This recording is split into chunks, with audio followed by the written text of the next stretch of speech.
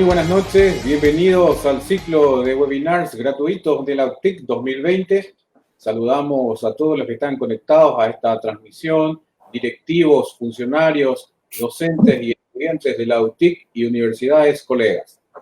Este evento es organizado por la Universidad Tecnológica Intercontinental a través del Vicerrectorado de Vinculación declarado de interés institucional por el Consejo Superior Universitario. Así también cuenta con el apoyo de la Asociación Paraguaya de Universidades Privadas, APUC, quien lo ha declarado de interés académico. Este ciclo de webinars tiene como objetivo fortalecer las funciones sustantivas, la internacionalización, la responsabilidad social, entre otros, con el fin de intercambiar ideas, experiencias y conocimientos de manera a estimular la capacitación y actualización permanente de todos los miembros de la comunidad educativa local e internacional. En esta ocasión del ciclo de webinars de la UTIC se desarrollará la ponencia Innovación Educativa en las Carreras de Salud a cargo del doctor Marcos Rojas Pino desde la República de Chile, a quien presentamos a continuación. El doctor Marcos Rojas Pino es médico general egresado de la Universidad de Chile. Durante su pregrado fundó el programa Ayudantes Docentes de la Facultad de Medicina, instancia reconocida globalmente con el Patil Teaching Innovation Award de la Asociación Europea de Educación Médica.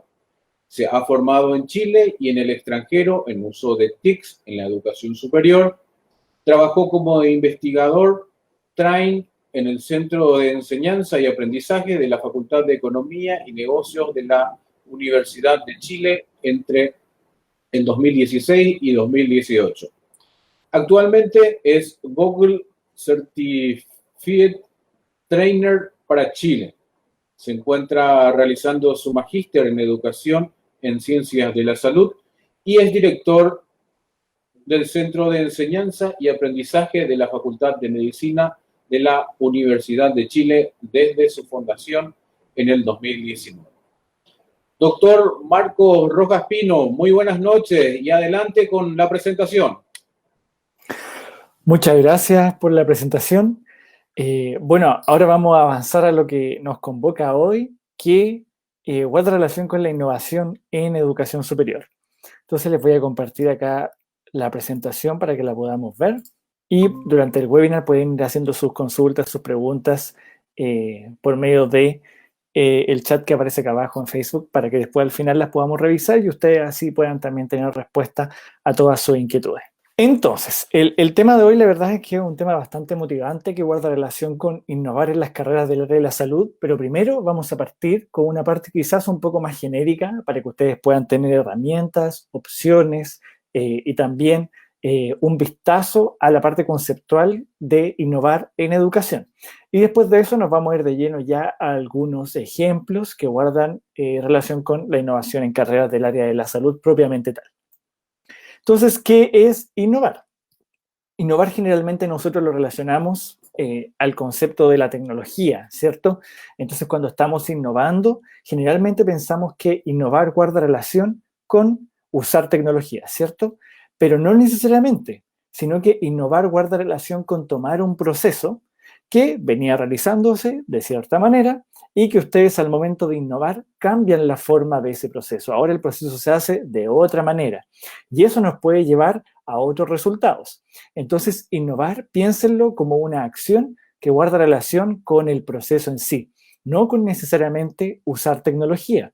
Quizás hay innovaciones que no requieren el uso de tecnología y aún así son innovaciones. Entonces, no siempre piensen que algo es más innovador o menos innovador porque tiene o no tiene algún tipo de tecnología involucrada.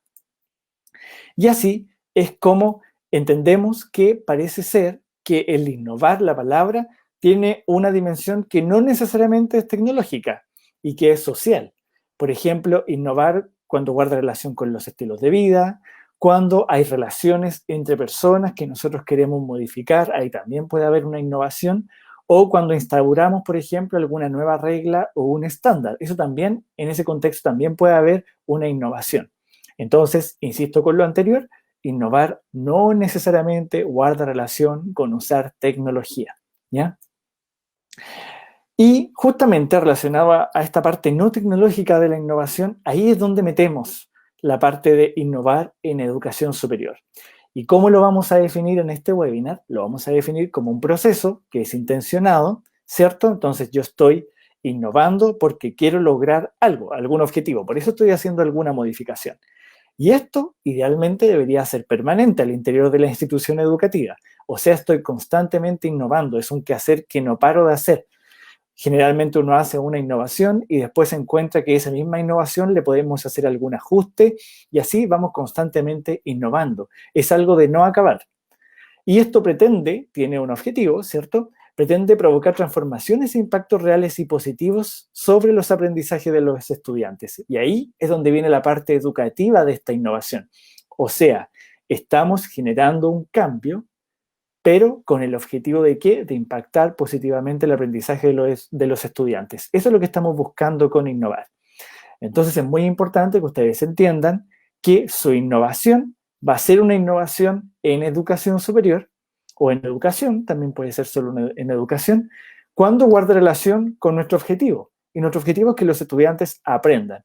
Entonces, si por medio de esta modificación yo estoy buscando que los estudiantes aprendan más y mejor, ¿ok? Entonces estamos hablando de una innovación educativa, ¿ya?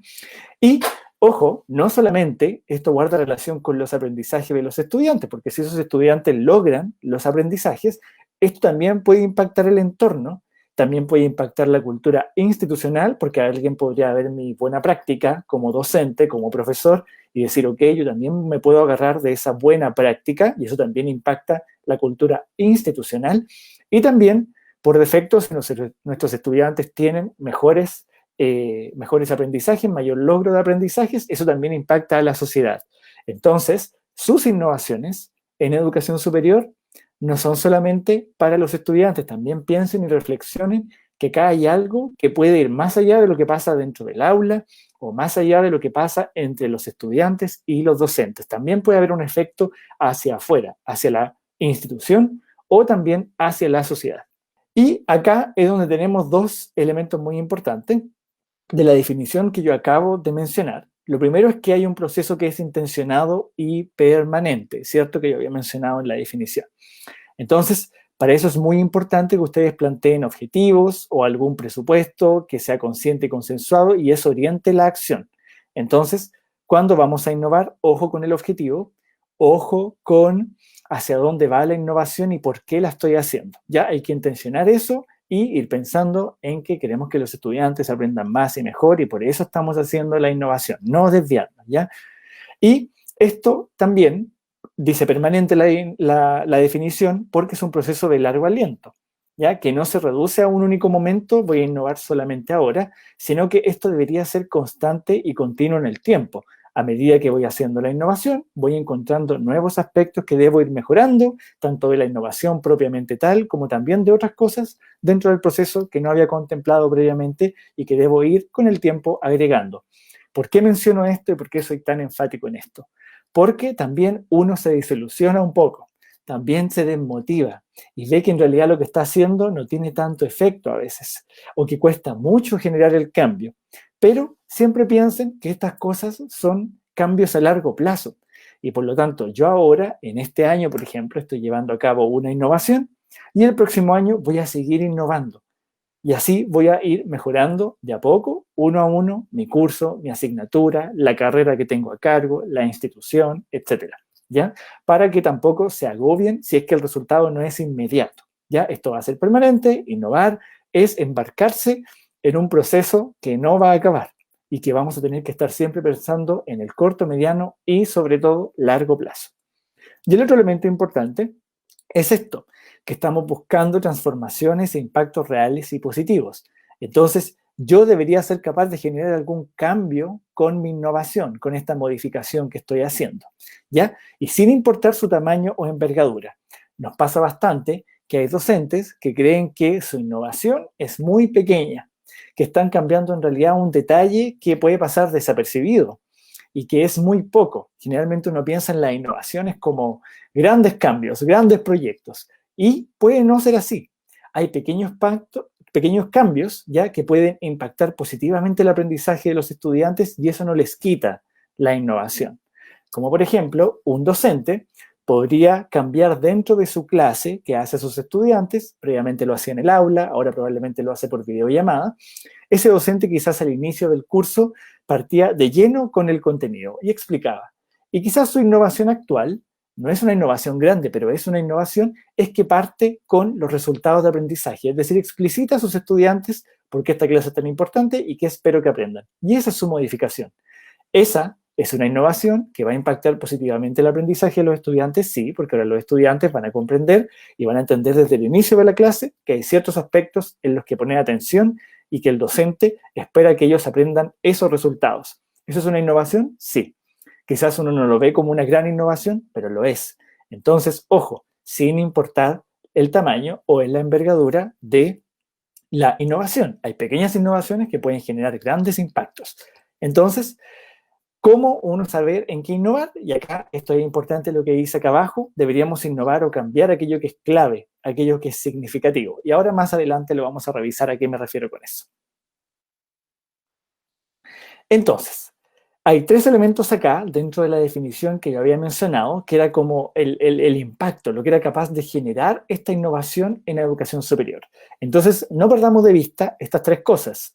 La primera son los estudiantes y su aprendizaje. Entonces, lo que sale acá abajo a la izquierda, dice efectos positivos sobre los aprendizajes. Eso, ojo, es uno de nuestros principales objetivos con innovar en educación. Queremos que los estudiantes aprendan más y mejor. Entonces, eso es un primer punto. Pero no olvidemos que eso no lo es todo. También van a ver, como sale abajo a la derecha, transformaciones que están en el entorno y en la cultura institucional. ¿Y eso por qué es tan importante? Porque va a pasar lo que menciona ahí. Vamos a ser quizás capaces de estimular otras innovaciones. Suele pasar que un docente que lleva a cabo una innovación educativa contagia de a poco al resto de los docentes a la misma innovación, porque a ese docente le resulta bien. O también le va contando a sus colegas cómo está basando en la innovación y otros colegas agarran algunos aspectos de esa innovación, la hacen propia y también comienzan a innovar. Entonces, es importante no perder de vista eso. La innovación, la idea es que no quede solamente con el impacto de los estudiantes, también va a haber un efecto que ojalá podamos controlar con la cultura institucional o con nuestros colegas dentro de la institución. Y finalmente, no olvidemos la parte de los impactos positivos en la sociedad. ¿Por qué? Porque estos profesionales que ustedes están formando van en algún momento a egresar y van a llegar a la sociedad a desempeñarse en su rol. Y eso también va a tener alguna justificación, el efecto que ellos tengan en su innovación. Entonces, no olviden que estamos innovando hoy, pero que eso tiene impactos a futuro y también impactos dentro de mi entorno inmediato, mi institución educativa y también dentro de la sociedad. Entonces, estos aspectos que estoy mencionando de la definición de innovar en educación superior es muy importante que lo tengan en consideración al momento de embarcarse en este proceso. Y ahora les quiero contar un ejemplo, que era el ejemplo que se había mencionado al inicio de una innovación que estuve trabajando junto a otros compañeros cuando yo era estudiante de pregrado. Nosotros en nuestra facultad de medicina no teníamos los ayudantes docentes. ¿Qué son los ayudantes docentes? Son los teacher assistant, como se conocen en inglés, o también en algunas universidades se llaman los auxiliares, pero son estudiantes de pregrado que ayudan al docente en algunas labores docentes y también ayudan a sus compañeros por medio de algunas actividades que buscan potenciar el aprendizaje, resolver dudas, entre otro tipo de actividades. Eso no existía cuando yo ingresé a estudiar a esta universidad. Entonces nosotros como estudiantes creamos esa instancia que se llama Programa Ayudantes Docentes, o más conocido como PAD. Y nosotros cuando lo creamos con el objetivo, por supuesto, de ayudar a nuestros compañeros para que ellos aprendieran más y mejor. Y eso es el efecto que sale abajo a la izquierda. Entonces, ¿había un impacto positivo en el aprendizaje? Sí, porque justamente esa era la razón de crear esta instancia. Entonces, los ayudantes hacían clases con sus compañeros, les iban ayudando, hacían apuntes, videos, material educativo, de repaso, etc. Y eso era el efecto inicial. Pero con el tiempo comenzaron a suceder algunas cosas que no estaban planteadas desde el inicio, y ahí es donde yo vengo de nuevo con el concepto de, ojo, hay cosas que van a pasar en la institución y hay cosas que van a pasar también en la sociedad. Entonces, ¿qué pasó en la institución? Como pueden ver en la imagen de abajo a la derecha, los videos que los ayudantes comenzaron a confeccionar, que era un formato croma, es decir, hay una pantalla verde detrás del ayudante, del estudiante, donde la cámara lo graba y después nosotros reemplazábamos ese fondo verde por un gráfico, como sale acá. Ese formato lo empezaron a usar mucho los ayudantes, y con el tiempo comenzó a suceder que los profesores de las asignaturas donde estos estudiantes ayudaban, comenzaron a pedirnos que cómo ellos podían también hacer sus propios videos así. O sea, lentamente, los docentes comenzaron a ver que si los ayudantes eran capaces de hacerlo, los docentes también. Entonces, así de a poco se fueron contagiando de estas nuevas metodologías o uso de tecnología que tenían los ayudantes, que eran estudiantes de pregrado. ¿Y qué pasó también con el impacto positivo en la sociedad? Estos ayudantes llegó un momento en que se dieron cuenta que todas sus habilidades, todos sus conocimientos en educación superior, en apoyo entre pares y también de las profesiones que ellos están estudiando, que son carreras del área de la salud, quizás podían servir para ayudar también a la sociedad. Entonces así es como nos embarcamos en dos proyectos, en Coursera, que esto ya existía en la universidad, pero no en nuestra facultad, no había ningún curso en Coursera. Entonces los ayudantes dijeron, ok, hablemos con algunos docentes, motivemos para crear esta instancia y que nuestra facultad de medicina pueda tener cursos abiertos a toda la comunidad, gratuitos, en la plataforma Coursera, que es una plataforma mundial que está creada para eso. Entonces, ¿estaban teniendo estos mismos ayudantes impacto en la sociedad? Sí, empezó a suceder esto. Y lo otro que también sucedió es que los mismos ayudantes llegó un momento en que dijeron, pongamos a disposición de toda la sociedad nuestros conocimientos para que la sociedad también adquiera algunos conocimientos del área de la salud, que nosotros ya los tenemos y no nos cuesta nada compartirlo. Y así es como crearon esta página de Facebook, que ustedes la pueden buscar ahora, se llama Zona Salud, donde estos ayudantes enseñan a la comunidad distintas cosas que ellos van aprendiendo en sus carreras del área de la salud, pero por medio de un lenguaje muy sencillo, muy simple, para que así la sociedad vaya adquiriendo estos conocimientos que ellos ya tienen. Como pueden ver, parece ser que por más que uno parta con la parte de impactar positivamente el aprendizaje de nuestros estudiantes, porque eso es lo que nos motiva a cambiar, siempre de a poco vamos a ir viendo que esto también tiene un largo alcance, tanto en lo inmediato, que en mi institución, como también en la sociedad. Entonces, eso también, insisto, hay que ir viéndolo, hay que ir viendo cómo lo vamos redireccionando y cómo eso lo vamos revisando. Y ojo, que innovar puede ser difícil, yo creo fervientemente que es muy difícil. ¿Por qué?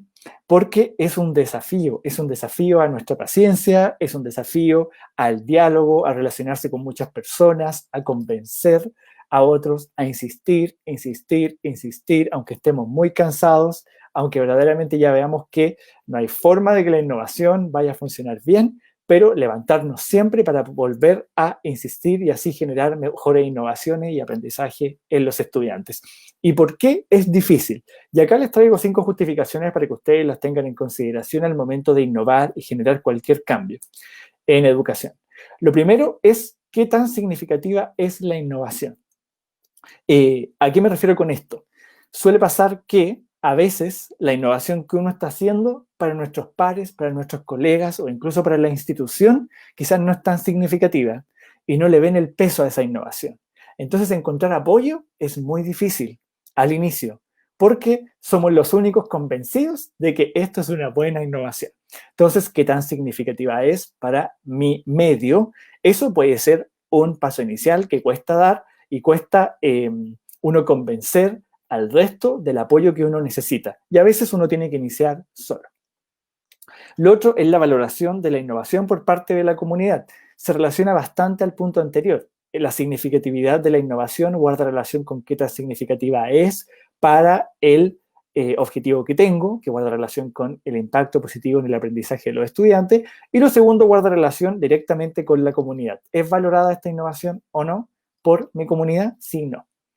Después viene un tercer peldaño acá, que es la flexibilidad y adaptabilidad al innovar considerando el contexto. ¿A qué se refiere esto? Que muchas veces nosotros estamos innovando y nos cuesta ser flexibles con la innovación. A veces hemos comenzado y estamos tan convencidos de que tiene que ser así esta innovación, el proceso, el proyecto, que nos cuesta adaptarlo al contexto y darnos cuenta que en realidad nos hemos equivocado en algunos detalles, que simplemente hay que cambiar y hay que adaptarse y hay que ser flexibles. Entonces, ojo, la innovación muchas veces va a modificarse, va a cambiar, y para eso hay que estar atentos y ser bastante flexibles y estar ahí constantemente revisando el contexto, viendo cómo los estudiantes reaccionan, cómo los otros docentes reaccionan, cómo reacciona la institución, y ahí ir viendo algunos detalles que quizás pasaron desapercibidos al inicio y nos costó considerarlos desde el inicio, y bueno, hay que hacer las modificaciones que correspondan para que así el proyecto vaya funcionando cada vez mejor. Lo cuarto guarda relación con las innovaciones que requieren tiempo, esfuerzo y recursos. Y eso suele ser lo que menos tenemos. Tenemos muy poco tiempo para innovar y para dedicarnos a esto, o a veces estamos solos, entonces el nivel de esfuerzo que hay que hacer para hacer una innovación puede ser demasiado, y también, obviamente, los recursos no son ilimitados en ninguna institución, y a veces no hay recursos para hacer la innovación. Entonces, ¿cómo lo hacemos? Y acá yo les traigo una cosa bastante importante que guarda relación con los procesos creativos. No se olviden que mientras mayor cantidad de restricciones hay, más creativos vamos a tener que ser para resolverlo. Entonces, a veces, el que no hayan tantos recursos también nos tiene que hacer pensar, ok, ¿qué otro recurso puedo usar? ¿Cómo puedo resolver esto de manera creativa? Para no depender tanto de que tengan que haber recursos para innovar. Y lo último es sistematización y comunicación de los resultados. Muchas veces, probablemente les ha pasado, han innovado, han llevado a cabo alguna mejora, alguna modificación, pero solo ustedes y sus cercanos saben de ello. Y eso dificulta el proceso. ¿Por qué? Porque es muy importante sistematizar lo que estoy haciendo, evaluar lo que estoy haciendo, darme cuenta si la innovación está resultando o no, y sobre todo comunicar, mostrárselo a mis pares, mostrarlo a los estudiantes, para que así ellos puedan ver esta innovación que estoy implementando, proponer mejoras y yo pueda recibir retroalimentación de esto. Eso es muy importante, recibir retroalimentación de cuáles son los aspectos por mejorar. Eso me lo van a mencionar los estudiantes probablemente, me lo van a decir mis colegas, y eso me permite ir mejorando mi innovación.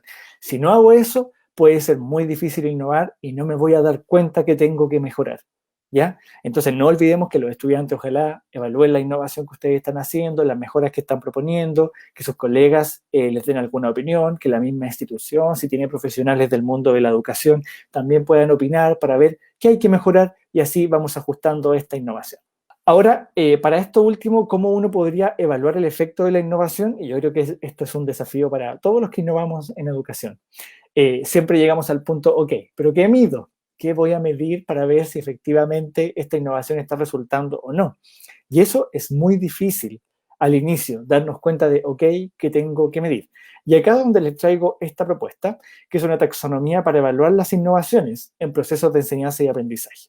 Entonces tenemos 3 niveles. Hay un nivel 1, que son los resultados. Hay un nivel 2, que guarda relación con las percepciones. Y hay otro que guarda relación con la cotidianidad formativa.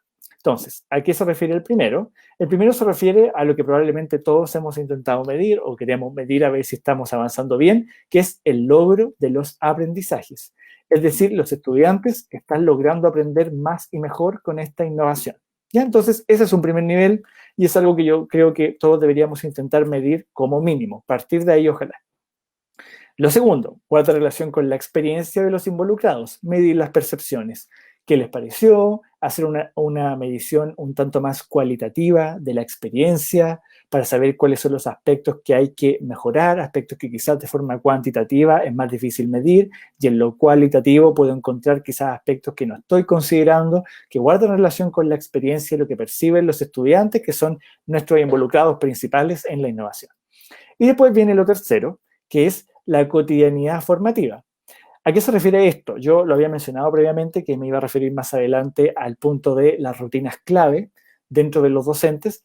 Entonces, es muy importante acá preguntarnos si esta innovación que estamos llevando a cabo cambia alguna rutina clave dentro de mi institución. Quizás la rutina clave dentro de mi institución es que, por ejemplo, las clases masivas son muy frecuentes, las clases en auditorio, ya las clases masivas o las clases magistrales también se llaman en algunas instituciones.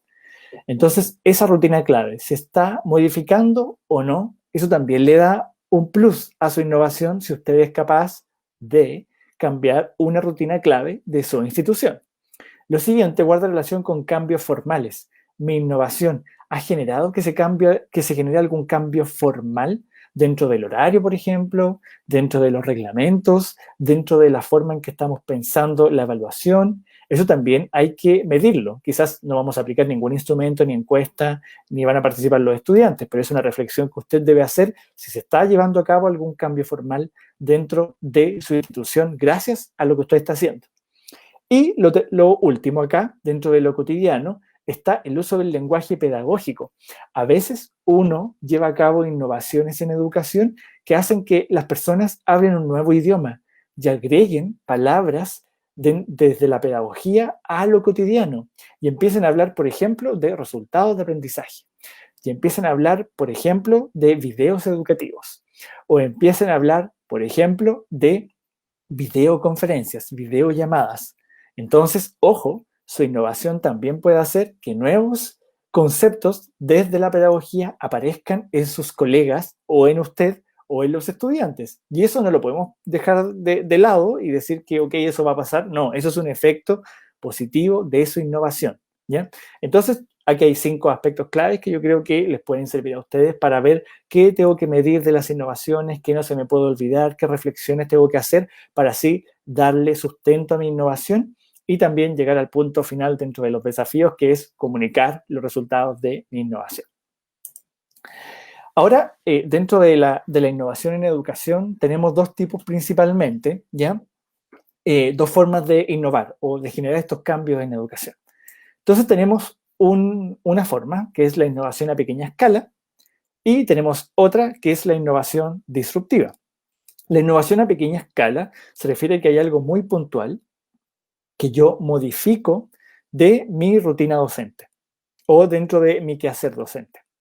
Entonces hay algo muy pequeño, muy puntual, que estoy intentando llevar a cabo con alguna innovación, mejorarlo, y a eso nos referimos con una innovación a pequeña escala, como lo dice el nombre. Entonces hay algo muy puntual dentro del proceso de enseñanza-aprendizaje que yo quiero mejorar. Quizás quiero mejorar las evaluaciones, quizás quiero mejorar las clases de cierta unidad de mi curso, quizás quiero mejorar solamente una clase, que es la clase inaugural. Entonces voy a empezar a pequeña escala, una cosa a la vez.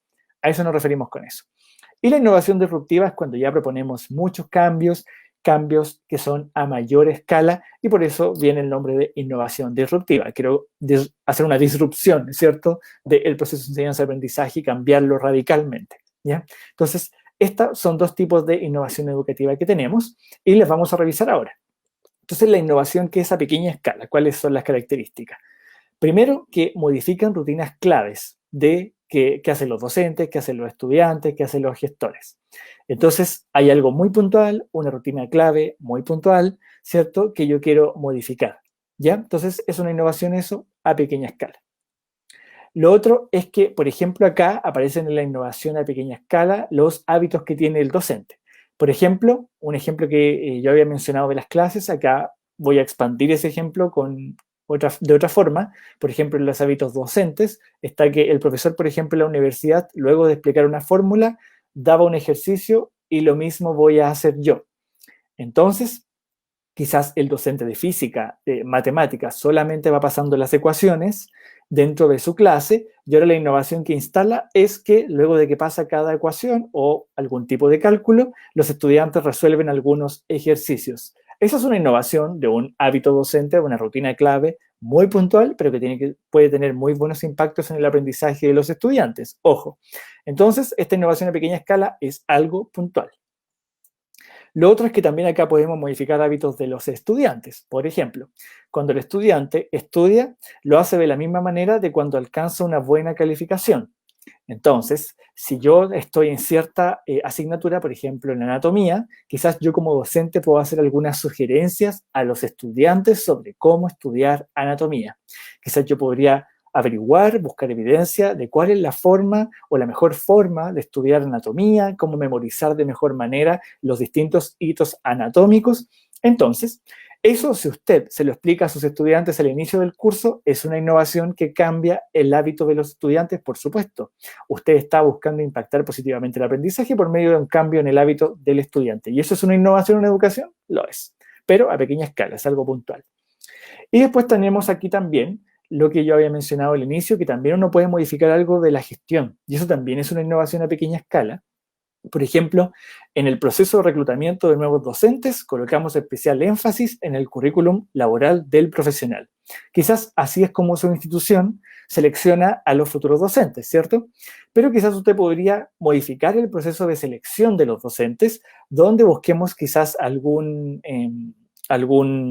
desempeño previo en educación, que hayan sido docentes en otra universidad, que tengan conocimientos, que sepan ocupar cierta tecnología, etcétera, y eso va a impactar el aprendizaje de los estudiantes, por supuesto.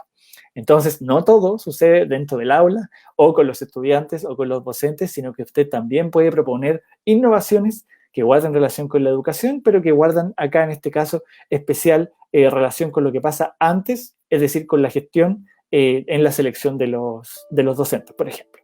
Buscando transformar a mediano o a largo plazo el contexto, ¿ya? De dónde se inserta.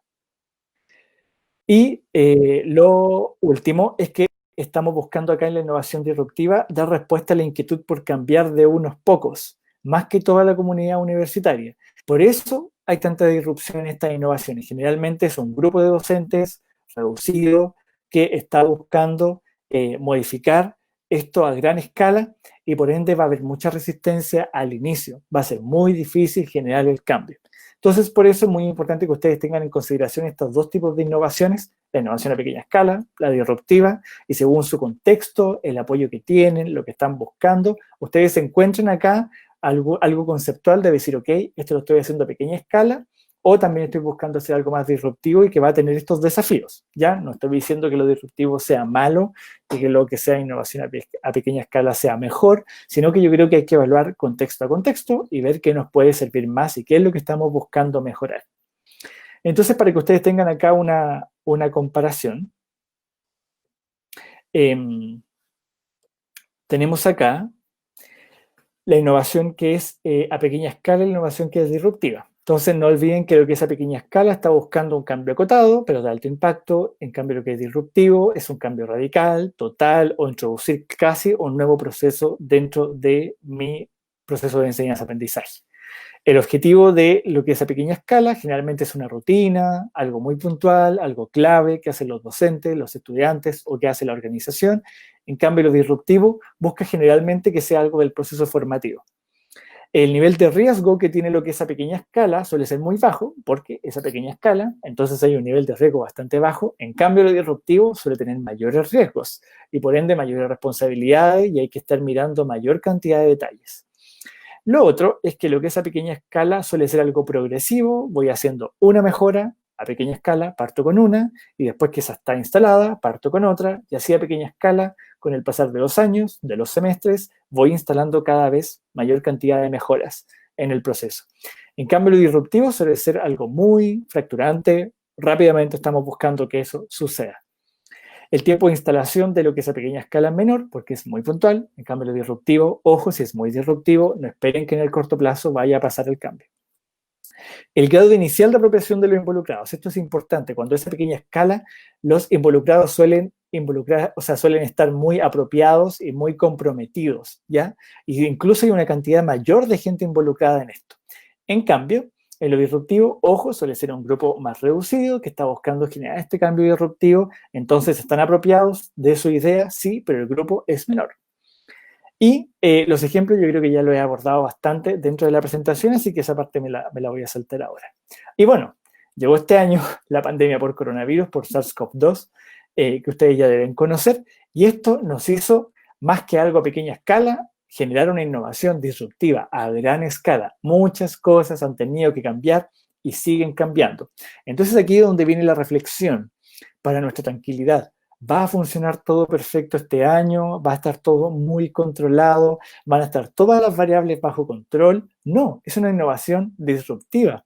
Hay muchas cosas que quizás no nos hemos dado cuenta que tenemos que mirar, algunos detalles, algunos procesos dentro de la enseñanza-aprendizaje.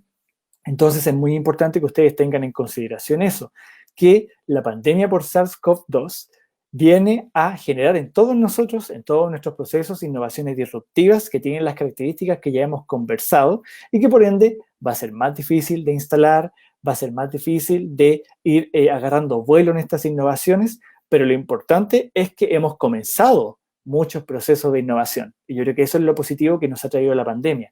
Muchos procesos de innovación que de otra forma quizás no habrían sucedido nunca o en muchos, muchos años. Entonces les quiero contar acá un poco qué ha pasado en la Universidad de Chile, qué aspectos han cambiado, específicamente en la facultad donde yo trabajo, que es la Facultad de Medicina, y ahí quizás podemos ahondar después en algunos ejemplos. Entonces, lo primero que nos sucedió dentro de esta disrupción fue las competencias digitales. ¿De quiénes? De los estudiantes, de los docentes, de los gestores. Tuvimos que rápidamente instalar algunas cosas y apoyos para los estudiantes y para los gestores para que ellos pudieran mejorar en esto. Y dentro de las competencias digitales, ojo, que también tiene que haber recursos involucrados. Entonces tuvimos que enseñarle, por ejemplo, a los estudiantes, a los docentes, mucho, y lo seguimos haciendo hasta el día de hoy, a usar de mejor manera su correo institucional, que acá nosotros tenemos un correo que es de Google for Education, es un Google Suite. Entonces tuvimos que enseñar muchos aspectos de ello. Lo otro fueron las competencias digitales en relación al manejo de Office. Se ocupa bastante Office, Word, PowerPoint, Outlook, Excel, Publisher, entre otras. Entonces, tuvimos que hacer altas mejoras ahí en cómo las personas iban obteniendo la licencia, cómo iban resolviendo dudas, cómo iban activando la licencia y hasta el día de hoy seguimos con esta parte de las competencias digitales. Y también todo lo que guarda relación con las redes sociales y la comunicación. Entonces, hasta el día de hoy también sigue el trabajo en cómo le enseñamos a nuestros docentes y a los estudiantes a usar Google Meet, a usar Zoom, a tener una guía de cómo comportarse en una videollamada que se llama la guía de etiqueta del estudiante en videoconferencias o en videollamadas. Entonces, en la que es competencias digitales, que es la base para poder hacer docencia de forma remota, hasta el día de hoy el trabajo continúa principalmente en estos tres aspectos. Y también aspectos que no guardan relación necesariamente con la tecnología, como es lo que mencioné, el comportamiento de las personas en estas interacciones, y eso es muy importante explicitarlo. Lo otro que no sucedió es lo que guarda relación con las plataformas. ¿Ya? Nosotros en la Universidad de Chile tenemos la de la derecha, que es la principal, que se llama UCursos, que es nuestro sistema de gestión del aprendizaje, donde los estudiantes se unen al docente en sus asignaturas y por medio de esta plataforma se mandan los correos, se ponen las notas, se envían los trabajos, se sube el material, etc. Entonces acá también tuvimos que rápidamente a aquellos docentes que no estaban tan preparados, prepararlos, resolver sus dudas y hasta el día de hoy también lo estamos haciendo. No solo ellos, también los estudiantes. Pero también hay otras dos plataformas que nosotros usamos en algunas ocasiones porque hemos visto que son más adecuadas. Por ejemplo, el uso de Google Classroom para algunas asignaturas donde vimos que era ideal y era una herramienta incluso mucho más fácil de instalar. Y también una plataforma nueva que estamos teniendo nosotros que está hecha en base al código de OpenEDX, que es EOL. EOL significa Educación Online de la Universidad de Chile. Entonces, así, la parte de las plataformas también es un tema que tuvimos que tocar y hasta el día de hoy no lo hemos soltado y dudo que esto vaya a suceder porque en estas plataformas se lleva a cabo la interacción. Entonces, es muy importante estar pendientes de qué falta enseñarle al docente, cuál es la mejor herramienta, cómo lo puede solucionar de forma rápida, cómo atendemos a los estudiantes, etc. Entonces, acá la parte de las plataformas es un pilar muy importante de considerar. Lo otro guarda relación con la participación. Nos ha pasado mucho que dentro de estas plataformas generalmente la interacción, ¿cómo es? Por mensaje. O sea, hay un foro donde el docente coloca un texto y el estudiante responde con otro texto y hay interacciones de texto, ¿cierto? Pero quizás hay docentes que quieren otro tipo de participación. Quieren que esa participación mida rápidamente si los estudiantes están aprendiendo el concepto que el docente busca o no. Y aquí es donde estas dos aplicaciones nos han ayudado bastante, Mentimeter y Nearpod. Son aplicaciones de participación masiva, donde el docente en su videoconferencia, como por ejemplo la que estoy haciendo yo ahora, el docente puede interactuar con sus estudiantes como si esto fuera una teclera electrónica. Las tecleras o clickers que uno antiguamente se usaban, estos que uno iba a una conferencia en un auditorio, le pasaban un control remoto pequeño con algunos botones donde uno interactuaba con el exponente. Bueno, las tecleras ya están casi totalmente discontinuadas. ¿Por qué? Porque nuestros celulares son ahora las nuevas tecleras. Entonces, estas dos aplicaciones transforman ese celular del estudiante en una teclera electrónica. Y por ende, no solamente le podemos hacer preguntas al estudiante que son de alternativas, sino que también preguntas, por ejemplo, de otro tipo, de dibujo, de seleccionar una imagen, de unir columnas, de participar y colaborar en grupos pequeños, preguntas de desarrollo, de reflexión, como si fuera una teclera electrónica. O sea, el sistema también es capaz de corregir esas respuestas. Entonces, la participación con los estudiantes también apareció como una necesidad. ¿Cómo hacemos que la participación sea online y a la vez haya un registro de esto para yo ver si los estudiantes están aprendiendo o no? Entonces, estas dos aplicaciones nos han servido bastante y quizás a ustedes les pueden servir. Después tenemos la generación de videos. Se generaron, obviamente, durante la pandemia se siguen generando un montón de videos educativos y en el sitio web que les voy a poner más adelante ustedes van a poder revisar la evidencia en torno a cómo se hace un buen video educativo en educación superior. ¿Por qué? Porque no todo video necesariamente va a educar, sino que los videos tienen cierta evidencia de cómo se organizan, cuáles son los tamaños de letra que tienen que haber, por qué ese tamaño de letra y no otro, cuál es la justificación, cuánto debería durar el video, etc. O sea, hay un mar de información y de evidencia en torno a hacer videos que sean educativos, que busquen eso. Entonces, hemos tenido que generar muchos videos, por supuesto. Yo creo que es uno de los principales materiales que estamos todos generando como docentes, pero, ojo, no perdamos de vista la evidencia, tratemos de educarnos al respecto e ir haciendo cada vez mejores videos. Pero videos hemos hecho muchos videos. También está la creación de material de lectura, porque, ojo, no todo tiene que ser videos o videoconferencias. Quizás hay también materiales que uno puede crear al estudiante. Nosotros, previo a la pandemia, ya habíamos estado en preparación de estos 3 textos que salen acá, que son textos gratuitos que ustedes pueden descargar en el sitio web del SEA, que es sea.med.chile.cl.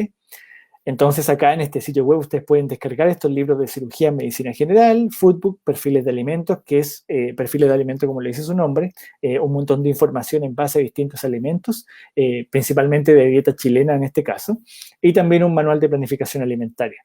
¿Y por qué menciono esto acá? Porque obviamente con la pandemia hemos tenido que producir una mayor cantidad de textos que vienen en camino, la solicitud aumentó, pero es para que ustedes no pierdan de vista que no todo el contenido tiene que necesariamente estar en un video. Quizás hay un buen apunte, un buen capítulo del libro, publicaciones que ya traen ese contenido. Entonces, hacer un video en esos casos, ojo, no es necesario, que si yo debo complementar esos textos con algún otro tipo de actividad. También lo que es la evaluación de los aprendizajes, yo creo que ha sido uno de los temas más difíciles de abordar. La evaluación yo creo que nunca ha estado resuelta y ha sido siempre difícil de resolver y va a ser siempre objeto de debate. Entonces el tema de la evaluación de los aprendizajes también ha sido complicado de llevar a cabo. Y acá en la página del SEA también van a poder encontrar distintos instrumentos de evaluación. Hay una parte que dice docentes en nuestro sitio web y abajo dice evaluaciones. Ustedes pueden revisar ese material donde van a acceder a distintas informaciones de por qué evaluar, cuáles son los principios orientadores de evaluación online que existen y los distintos tipos de instrumentos, que es lo que yo muestro acá en la diapositiva, para que ustedes sepan qué opciones tengo para evaluar el aprendizaje de forma remota. Este yo creo que ha sido uno de los desafíos más grandes que hemos tenido y hasta el día de hoy sin resolver 100%. Pero también hemos hecho cosas que son quizás un poco más modernas y que requieren mayor cantidad de recursos, pero ustedes también lo pueden hacer, que son, por ejemplo, escenarios de realidad virtual. Acá lo que ustedes ven es una captura de pantalla, no está en movimiento, de un escenario de realidad virtual del oído medio. Resulta que el oído medio es una cavidad que tiene el tamaño de una lenteja, y esta cavidad yo la puedo ver en un material cadavérico, es muy pequeña, y generalmente cuando el material cadavérico es cortado por ahí, los huesos del oído medio se desarticulan, entonces no se ve tal cual es. La otra opción sería verlo en un paciente real, pero acceder a un paciente real a su oído medio puede ser un poco complejo. Entonces lo que hemos hecho nosotros acá es este escenario de realidad virtual que es un oído medio, donde los estudiantes con su celular, que ya tiene un giroscopio, pueden moverse dentro del oído medio y ver sus paredes, los sitios anatómicos y también verlo como es en la vida real, ¿ya? Entonces, hay otras cosas que uno también puede hacer. Y esto lo hicimos con la cuenta Google, porque hay una aplicación que se llama Google Tour, donde uno puede colocar una imagen en 360, o sea, es un rectángulo en realidad que el sistema agarra y lo transforma en una esfera, y después uno colocarle estos botones con la información y entregárselo a los estudiantes para que lo puedan revisar. Bueno, hay cosas que también hemos tenido que inventar desde cero, por ejemplo, esta aplicación que se llama NutriCalc, también la veníamos trabajando hace tiempo y ahora durante la pandemia se ha ido refaccionando y también la hemos ido mejorando en varios detalles, gracias al equipo docente que es muy, muy comprometido con esto. Entonces, nosotros acá lo que hemos hecho es crear esta aplicación para hacer unos cálculos nutricionales que no existía ningún tipo de calculadora nutricional y la hemos inventado para resolver un problema de las docentes y de los estudiantes para una asignatura particular. Entonces también uno puede inventar cosas desde cero. Recuerden que innovar también puede ser inventar algo que no existía previamente. Y dentro de lo que han hecho los mismos estudiantes, acá les traigo este ejemplo. Recuerden que ha pasado en el mundo previamente, han habido algunas tragedias o guerras o situaciones sociales que han requerido que las universidades cierren. Por ejemplo, en Siria, para el conflicto en Siria, hay universidades como por ejemplo la Universidad de Damasco que cerró, y en esa universidad los estudiantes no podían ir a clases, igual como estamos ahora en la pandemia. Y también debido a que la universidad tenía un sitio web que se cayó, entonces el problema de los docentes era cómo educo a mis estudiantes que además no tienen internet o la página de la universidad no está funcionando, cómo le entrego los contenidos, cómo seguimos con nuestras asignaturas. Entonces lo que hicieron en esa universidad de Damasco en ese entonces fue usar redes sociales para educar a sus estudiantes. ¿Y qué ha pasado acá? Dentro de nuestra facultad también hemos tenido asignaturas o los mismos ayudantes docentes, que es lo que les estoy mostrando acá, han llevado a cabo estas innovaciones usando redes sociales para educar a sus compañeros. Y eso ha sido muy positivo. ¿Por qué? Porque al menos en Chile, durante la pandemia, las distintas compañías telefónicas han liberado el uso de redes sociales. Entonces, sí, casi la totalidad de nuestros estudiantes al menos tiene un teléfono celular. Sabemos que puede acceder a Instagram. Entonces, en este caso, los estudiantes han usado Instagram para llevar a cabo sus ayudantías y así ir informando a sus compañeros e ir educándolos por medio de esto. Entonces, ojo, sus estudiantes también pueden ser sus aliados en estos procesos de innovación y también pueden participar e innovar en esto. Y también han pasado cosas más puntuales en el tema ya de la educación en salud. Justamente el año pasado nosotros nos habíamos unido a este estudio que se llama Practicum Script, que es un simulador de razonamiento clínico, donde los estudiantes ingresan vía internet a una web, también está en formato aplicación, a distintos escenarios clínicos donde ellos tienen que ir resolviéndolos y así van desarrollando su razonamiento clínico. Y también el sistema va midiendo cómo es el desempeño de los estudiantes en comparación con los expertos. Bueno, ese es un resumen de cómo funciona la aplicación. Ustedes lo pueden revisar también y ahí hablar con esta fundación, con la Fundación Practicum, para ver cómo ustedes podrían también acceder a esto. Nosotros lo estamos usando este año con nuestros estudiantes de la carrera de medicina para quienes está pensada esta plataforma. ¿Ya? Y ustedes ahí lo pueden revisar cómo funciona. Entonces son cosas online que han aparecido en la pandemia justo a tiempo para también ayudarnos en cómo realizamos nuestras prácticas clínicas. Y para terminar, ¿cuáles son los desafíos y el futuro de esto? Ojo, no olviden que durante la pandemia estamos aprendiendo a usar muchas herramientas, entonces no lo dejemos de lado. Hay cosas que probablemente vamos a seguir usando en el futuro, como es, por ejemplo, el live learning o la enseñanza por medio de videoconferencias o videollamadas. Y también pensemos que probablemente, como ya yo creo que lo han revisado en los observatorios de innovación educativa, en las publicaciones en educación, probablemente nuestras universidades en el futuro van a ser universidades híbridas ahora, donde parte de los procesos se llevan a cabo de forma remota y parte de los procesos de forma presencial, como era previo a la pandemia. Entonces, no olvidemos integrar lo que estamos aprendiendo. Hay cosas buenas de la pandemia que rescatar de lo que hemos estado innovando en educación. Lo otro es que no olviden evaluar sus innovaciones, ¿ya? Hagan esfuerzos para generar evidencia sobre los cambios que han llevado a cabo, qué cosas están resultando bien, qué cosas hay que mejorar y plantear mejoras para el futuro. Lo otro es sistematizar lo que están haciendo. Probablemente hay ciertos procesos o ciertas formas de hacer las cosas que ustedes no quieren que se pierda, porque si después en el futuro viene otro docente, probablemente ese docente no tiene idea de la innovación, cómo hacerla y se va a perder. Entonces, no olviden sistematizar lo que están haciendo, las innovaciones que ustedes quieren rescatar. Entonces, ¿para qué? Para que se mantengan estos esfuerzos en los nuevos procesos del futuro y no dependa todo de ustedes. No olviden a sus estudiantes. Los estudiantes son importantes en estos procesos. Hay un rol que darles a ellos. Por ejemplo, apoyo en el proceso y aliado para la obtención de nuevos resultados, como son los ayudantes o los auxiliares. También no olviden el bienestar y salud mental de sus estudiantes. Eso guarda relación con el aprendizaje, absolutamente. Entonces, no olviden siempre preguntarse si sus estudiantes están bien, si les falta algo, si están viviendo algún proceso, y ahí ser flexible dentro de lo posible con los distintos procesos dentro de su asignatura. Y también no olviden que sus estudiantes también esto de aprender de forma remota es un desafío y por ende no olvidar que hay que de alguna manera dentro de la institución, dentro de lo que ustedes puedan hacer, entregar a los estudiantes herramientas de autorregulación académica para que ellos gestionen de mejor forma sus tiempos, sus espacios y así tengan mayor éxito en sus asignaturas. Y también no olvidemos el rol de los docentes, hay que encontrar formas de los docentes, acompañarlos, capacitarlos, hay un montón de cosas, hay un mar de información dentro de la docencia remota, los docentes no tienen por qué saberlo todo, ¿ya? Entonces ahí es muy importante humildad de parte de los que están a cargo de capacitar y enseñar a los docentes para que seamos muy pacientes con nuestros profesores y estemos ahí para ellos, para resolver todas sus dudas en torno a la docencia remota, cuál es la mejor herramienta, e insistir, insistir, insistir y estar al servicio de los docentes, acompañarlos y también hacernos responsables de esto y capacitarlos. Y no olvidemos lo principal, este es mi mensaje final, que es el aprendizaje. Todo lo que estamos haciendo es para impactar positivamente el aprendizaje de los estudiantes y ese es el foco, ¿ya? Y tampoco no olvidar que las cosas a pequeña escala, ojalá dentro de lo posible, yo al menos prefiero hacerlo a pequeña escala al inicio, porque los cambios que son demasiado disruptivos se pueden encontrar con mucha resistencia y también puede ser un proceso más difícil y agobiante para el que genera la innovación o el cambio.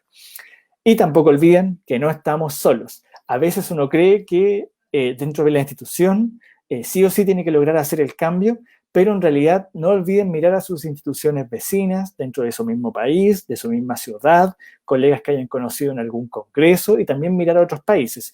Y esto no lo digo como una frase bonita para cerrar el webinar, sino que la estructura de cómo funcionan las organizaciones, tienen que pensar ustedes que hay un límite cognitivo de una organización. Uno en una organización, en una institución, podría esperar o imaginar que ahí está todo el conocimiento, que ahí está todo lo que necesito, pero en realidad la verdad es que no es así. Es muy probable que haya un límite de lo que mi organización conoce y es capaz de hacer, y por ende la única forma, a veces, y muchas veces, yo creo que esto es cada vez más frecuente a medida que aumenta el conocimiento, la única forma de hacer frente a algunos desafíos es aliándonos entre instituciones. Entonces es muy importante que esto lo consideren dentro de sus procesos. A veces no somos todopoderosos y tenemos todo el conocimiento en nuestra institución y por ende es muy importante ir mirando para el lado, ir consultando, ir pidiendo ayuda y para eso por supuesto que nosotros y yo personalmente estoy disponible para eso. Bueno, los invito a revisar el sitio web donde yo mencioné bastantes materiales para que ustedes puedan revisar. El sitio web es el que sale acá abajo, sea.med.chile.cl para que lo puedan revisar. Y ahí pueden obtener los recursos. También hay bastantes webinars que hemos hecho que están en el canal de YouTube y también tutoriales que ustedes pueden usar a libre disposición. Tutoriales que están organizados desde lo más simple, que es usar un correo electrónico, hasta cosas más complejas como el escenario de realidad virtual que les mencioné. Muchas gracias por su atención y ahora estoy atento a todas las preguntas que tengan para ir resolviéndolas. Bien, muchísimas gracias, doctor Marcos Rojas Pino. Muy interesante la presentación. Agradecemos a todos los que se comunicaron con nosotros en esta transmisión. Vamos a dar lectura a algunos mensajes que llegaron a través de los comentarios de Facebook. Raquel Mosquera, la magíster Raquel Mosquera, que es nuestra directora de la carrera de enfermería, dice: innovar es embarcarse en un proceso donde cada día vamos a mejorar y tiene sus plazos a corto, mediano y largo plazo. Hay pequeños cambios que van ayudando al proyecto académico y por arrebato a la comunidad educativa. Consulta, el material nos va a llegar por correo, dice. Ya vamos a solicitarle eso también al doctor y ya nos va a estar respondiendo cómo nos va a hacer llegar el material. Hugo Ferreira González, nuestro rector, el doctor Hugo Ferreira, Buenas noches, doctor Marcos. Éxito en su ponencia de hoy. Un abrazo virtual. También se comunicó con nosotros la doctora Marta Canese. Felicitaciones, muy clara la exposición. También destacamos la participación de directivos, docentes, alumnos y alumnos de la Universidad Nacional de Pilar y la Universidad Católica de Paraguay. Destacamos asimismo la participación de directivos, funcionarios, docentes y alumnos de las carreras de enfermería, psicología y de otras sedes de la UTIC como Casapaca, Cupé, Caguazú, Ciudad del Este, Asunción, Fernando de la Mora, Horqueta, San Pedro, Encarnación y Hernandari. Rocío Irlán dice, las innovaciones pueden crear resistencia a un sistema que cuenta con una forma o modalidad de enseñanza, también a una forma de estudiar. Hugo Val dice, muy interesante todo lo que dice, excelente. La doctora Eleuteria López, excelente la disertación. También queremos destacar la participación de nuestros estudiantes brasileños de la maestría y doctorado de la UTIC, que están siguiendo también esta transmisión desde el Brasil. Hernán Melgarejo dice, presente, UTIC Administración Central, genial la ponencia del doctor.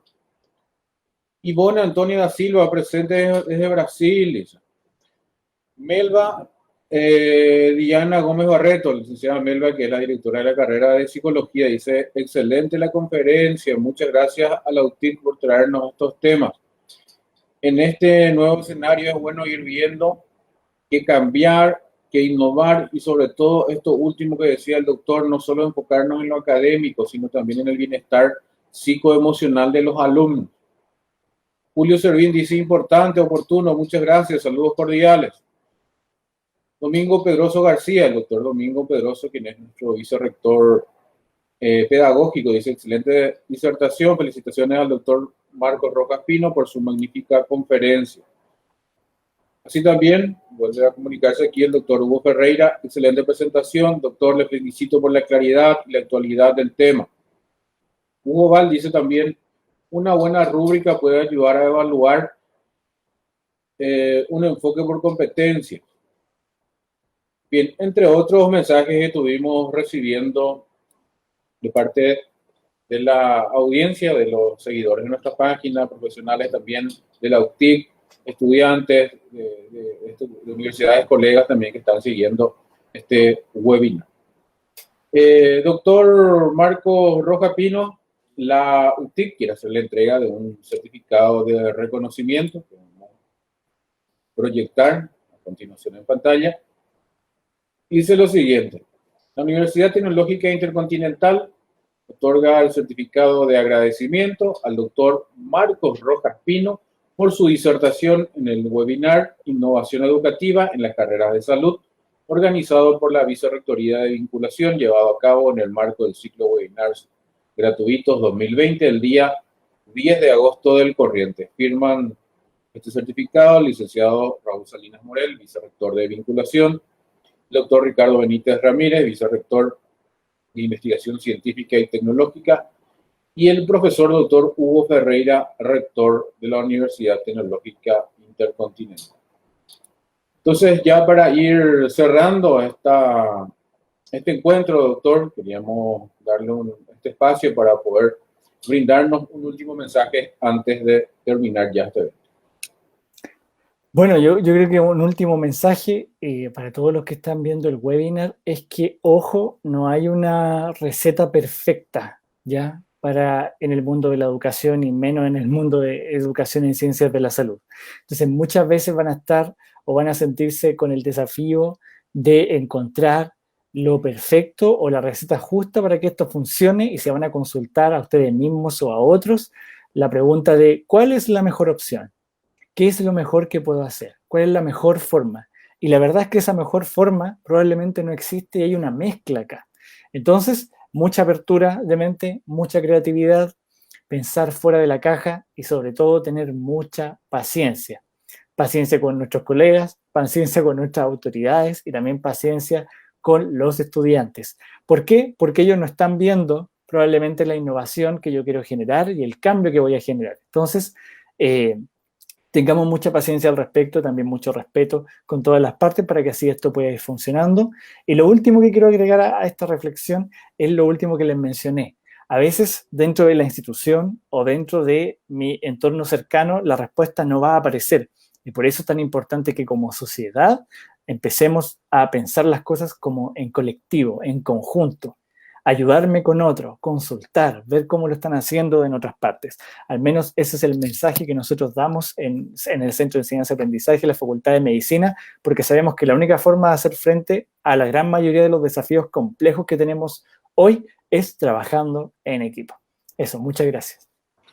Bien, muchísimas gracias, doctor Marco Roca Pino, por compartir con nosotros estos conocimientos, toda esta reflexión, este trabajo que se estuvo realizando en este webinar del ciclo de webinars gratuitos de la UTIC. Y antes de cerrar ya este encuentro que del día de hoy, queremos comentarles que tenemos 2 conferencias ya confirmadas en este ciclo de webinars gratuitos. El próximo jueves 20 de agosto a las 19 horas tendremos el webinar La legítima defensa a cargo del doctor Oscar Tuma, que es un reconocido jurista aquí de nuestro medio, entonces va a estar desarrollando esta ponencia. Así también, el próximo miércoles 26 de agosto tenemos también confirmada la ponencia con el licenciado Raúl de los Santos Cáceres, aporte de las tecnologías de punta durante y después de la pandemia, un nuevo modo tecnológico pero humano de vivir con COVID. Bien, entonces estas son las propuestas que tenemos para las próximas semanas en este ciclo de webinars gratuitos de la UTIC. Bien, de esta manera entonces llegamos al final de esta transmisión. Agradecemos nuevamente a todas las autoridades de la UTIC, docentes, alumnos, funcionarios, especialmente a nuestro señor rector, el doctor Hugo Ferreira González, quien está siguiendo muy de cerca todo este ciclo de webinars, a nuestro coordinador general de estos eventos, licenciado Raúl Salinas, vicerrector de vinculación, y a todo el equipo de la Dirección de Marketing y Protocolo de la UTIC, que tienen a su cargo llevar adelante la transmisión, difusión, puesta en marcha de estos eventos virtuales. Bien, eso es todo de nuestra parte y hasta un próximo encuentro. Muchas gracias.